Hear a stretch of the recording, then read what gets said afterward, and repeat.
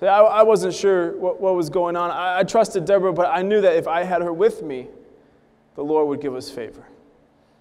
So I said, I'll go if you go. She agreed to that, but also said that the honor for the victory would be a woman's. And personally, don't tell anybody I said this or thought this. This is between us this morning. I didn't think we were going to win anyway. So I didn't care who got the honor. Because I didn't think we stood a chance in the world to win that battle.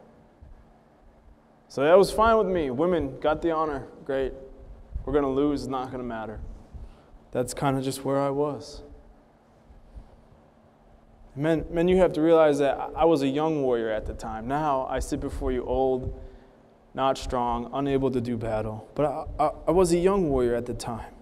And it was only through this circumstance, through this battle, through this war, that I finally learned that God makes all things possible. See, I didn't know that up until this point. And it was only at this point that I began to learn that very valuable lesson. I was staring at an army of 900 iron chariots. 900. I had 10,000 men untrained with pitchforks. Forgive me for the skepticism, but the numbers don't add up. It's not common sense. It's not logical. It's not going to happen. We're not going to win the battle. But I sit here now, and I now know that what is impossible with man is possible with God. I know that now, looking back on the story. I have learned that when God asks me to fight, when it seems impossible, insurmountable, incapable, it's not going to happen. I know that what is impossible with man is possible with God. He is right there, ready and able to do the impossible. I know also as I look out, I know that some of you are facing impossible. It looks impossible. It seems impossible. It feels impossible. Maybe it's your marriage, maybe it's your job, your finances, your kids. It's impossible. It can't happen. God can't get a hold of their heart. God can't fix this. God can't do that. And what is impossible with you and with I, warriors, is possible with God. He can. He can do it. Take it from this old warrior who's learned the lesson firsthand. So although I really didn't think that we had a shot in this battle or that we were going to win or that it was even going to turn out to be remotely positive, I took Deborah and we went to the top of a mountain with 10,000 soldiers. Top of a mountain. The mountain was called Mount Tabor, and I remember it being a nice mountain, nothing particularly great about it, nothing particularly bad about it, nothing great about war, nothing that would hinder war, just a mountain. And before long, Sisera, as predicted, led his army into the valley of Kishon River. See, he had heard we had assembled 10,000 peasants with pitchforks, and he came to make us understand our place. And I got to be honest once again that my heart kind of sunk, because I was hoping for maybe 200 chariots, or maybe 400. And I was hoping, worst case scenario, maybe 600 iron chariots. But no.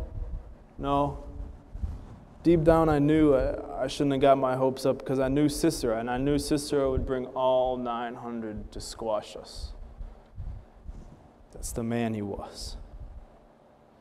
And just as I had finished counting, 898, 899, 900 to myself, Deborah looks at me. She turns to me and she says this: "Go this day, the Lord has given them into your hands." What? Go where? Can we go home now? I looked at her like she was crazy. And so I tried to help her out a little bit. I said it out loud this time. 898, 899, 900 iron chariots, Deborah, 900. She got the point. She understood I was skeptical at best and afraid at worst. But I'll never forget what she said next. The question she asked me next was, has not the Lord gone ahead of you? I didn't know what to really say. I kind of just stood there in a daze, which seemed like years, but it's probably only a couple minutes thinking about that question. And now, as I sit here with you this morning telling it, I know that God goes before me into battle. I know that now. See, in that minute that seemed like hours, it struck me. God will not send me anywhere that He Himself has not already been, that He is not willing to go. He won't just send me somewhere to fight by myself. He won't just take a warrior and ditch him. God has a plan. God was in front of me. God has already been there. He already knows what's going to happen. He is the first one on the battlefield and the last one off. That was my God. And warriors, this morning, I want to encourage you that your general is already on the battlefield. He is already fighting battles. He has already won some battles. He's there. He's not pushing you. He's leading you into battle. That is my God. That is what I have learned. He does not ask anything of me that He Himself is not already willing to do or has not already done. Warriors, you need to remember and be encouraged with the fact that you are never the first warrior on the battlefield. God leads you. He goes before you. The hesitation was gone. The moment was now.